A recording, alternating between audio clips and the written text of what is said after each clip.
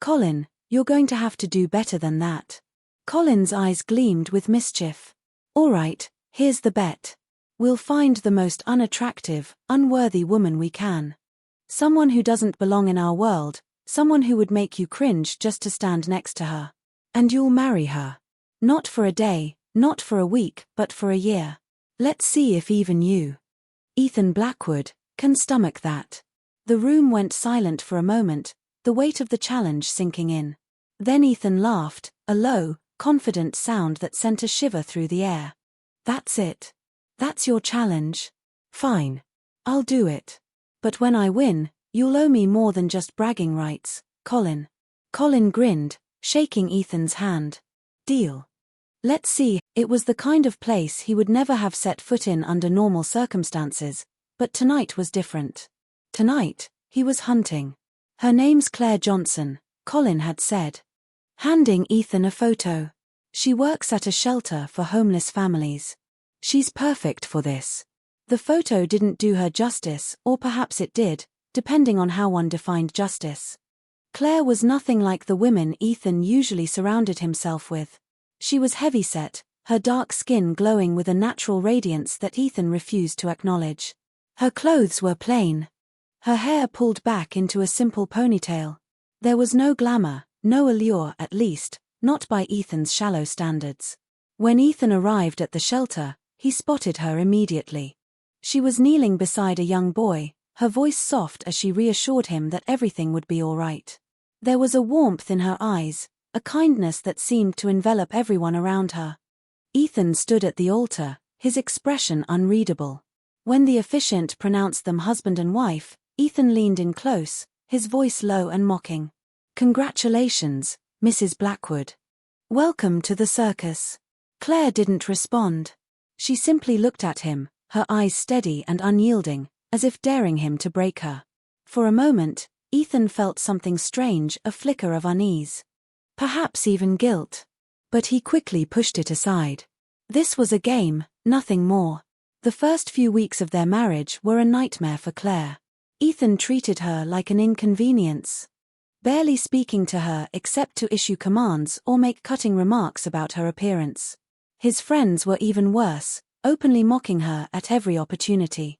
But Claire, to Ethan's surprise, never retaliated. She endured it all with a quiet strength that both infuriated and intrigued him.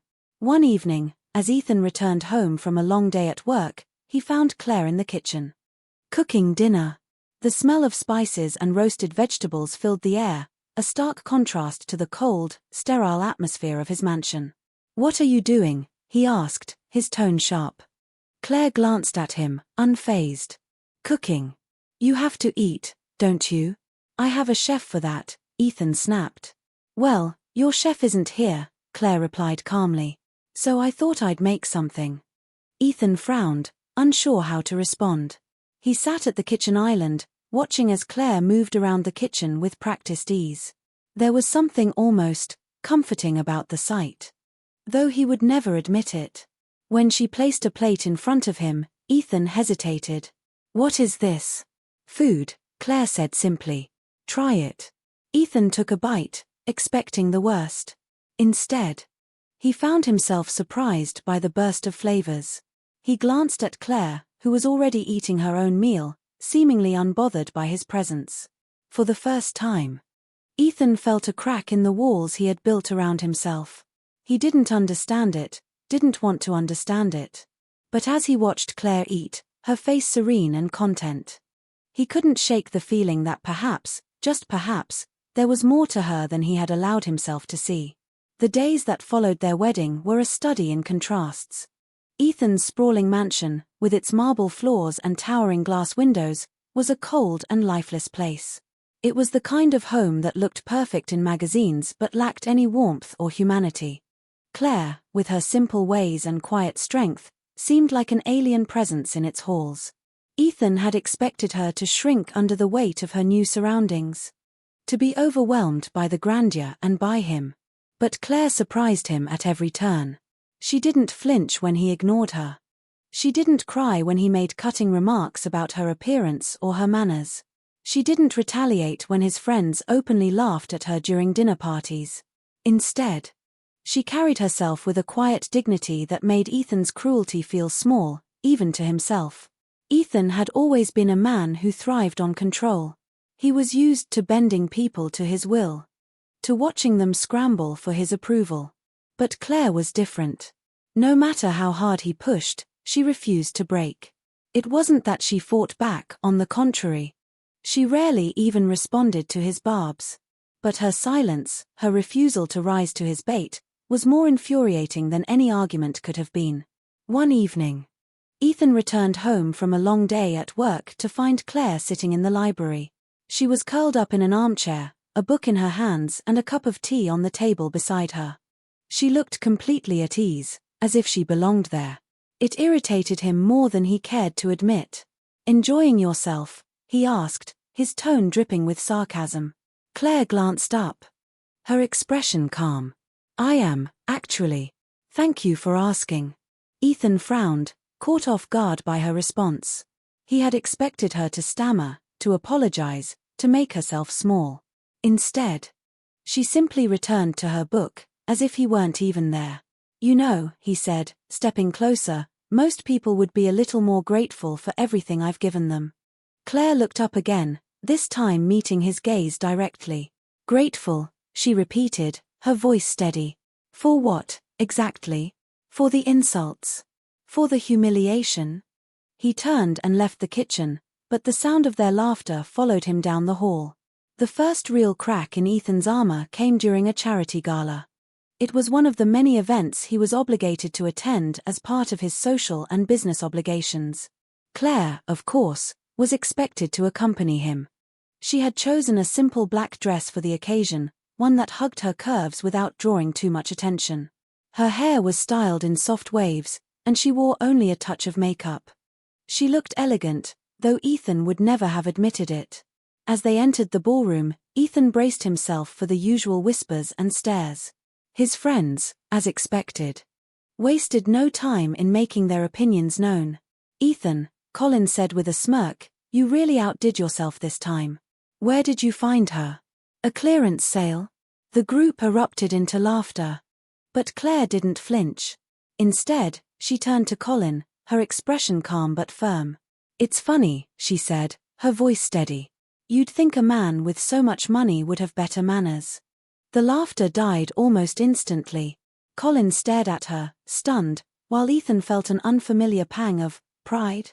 No, that couldn't be right. But as he watched Claire hold her ground, he couldn't help but feel a flicker of admiration. For the rest of the evening, Ethan found himself watching Claire more closely than he ever had before. She moved through the room with a quiet grace, engaging in conversation with guests who were clearly charmed by her warmth and intelligence. For the first time, Ethan began to wonder if he had underestimated her. It was late that night when Claire confronted Ethan about his behavior. They were sitting in the living room, the glow of the fireplace casting shadows on the walls. "Why do you do it?" she asked suddenly, breaking the silence. Ethan looked up from his drink, frowning. "Do what?" "Treat people the way you do," Claire said. "Like they're disposable. Like they don't matter." Ethan shrugged, his expression guarded. "Because they don't." Claire's gaze didn't waver. "You don't believe that?" Ethan scoffed. "What makes you so sure?" "Because if you did," Claire said softly, "you wouldn't be so angry all the time." The words hit Ethan like a punch to the gut.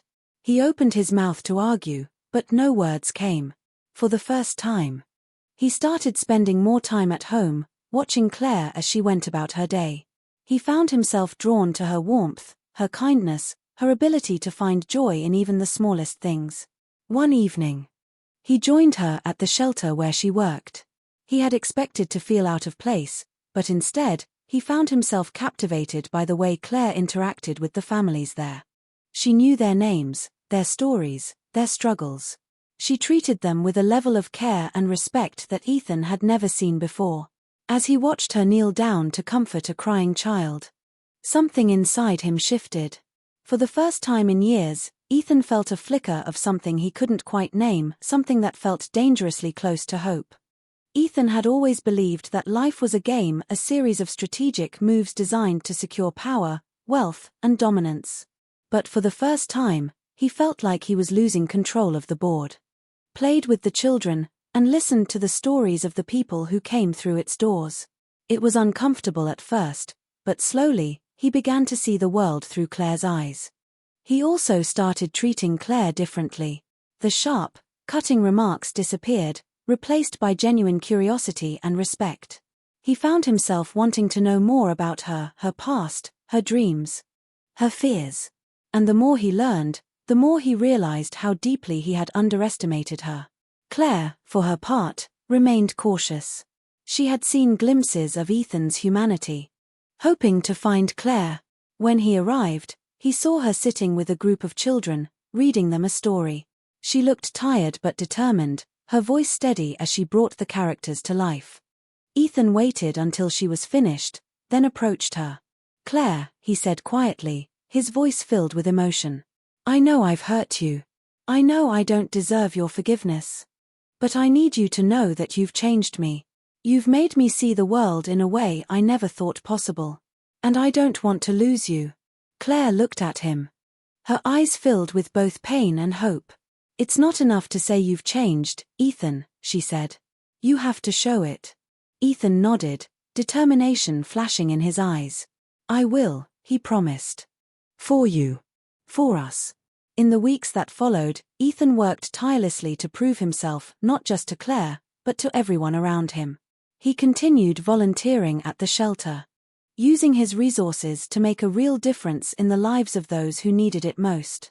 He also began to repair the relationships he had damaged over the years, apologizing to those he had wronged and making amends where he could. Slowly but surely, Claire began to trust him again. She saw the sincerity in his actions. Claire shot back. "You didn't tell me how much it mattered to you. How much you stood to gain. You let me believe that I was more than just a game to you. You are more than that." Ethan said desperately. "You're everything to me, Claire. I know I've made mistakes, but I'm not that man anymore. I'm trying to be better for you." Claire shook her head, tears streaming down her face. "I want to believe that, Ethan. I really do. But I don't know if I can." And with that, she walked away, leaving Ethan alone in the house that suddenly felt emptier than ever. The days that followed were some of the darkest of Ethan's life. Without Claire, he felt like he was drowning. Attending therapy to confront the issues that had led him to make the bet in the first place. It was a long and difficult process, but Ethan was determined to become the man Claire deserved. Slowly but surely, Claire began to trust him again. She saw the effort he was putting in, the changes he was making. And as she let her guard down, she realized that she still loved him, despite everything. 1 year after their wedding, Ethan and Claire stood together at the grand opening of the new community center. The event was a celebration of everything they had accomplished together, a testament to the power of love and redemption. As they stood on the stage, surrounded by the families they had helped, Ethan turned to Claire and took her hand. "Thank you," he said, his voice filled with emotion. "For giving me a second chance. For believing in me, even when I didn't deserve it." Claire smiled, her heart full. "You earned it," she said simply. And as the crowd erupted into applause, Ethan and Claire shared a quiet moment, their love stronger than ever. They had faced their demons, overcome their doubts, and built something beautiful together. And for the first time, they both felt truly free.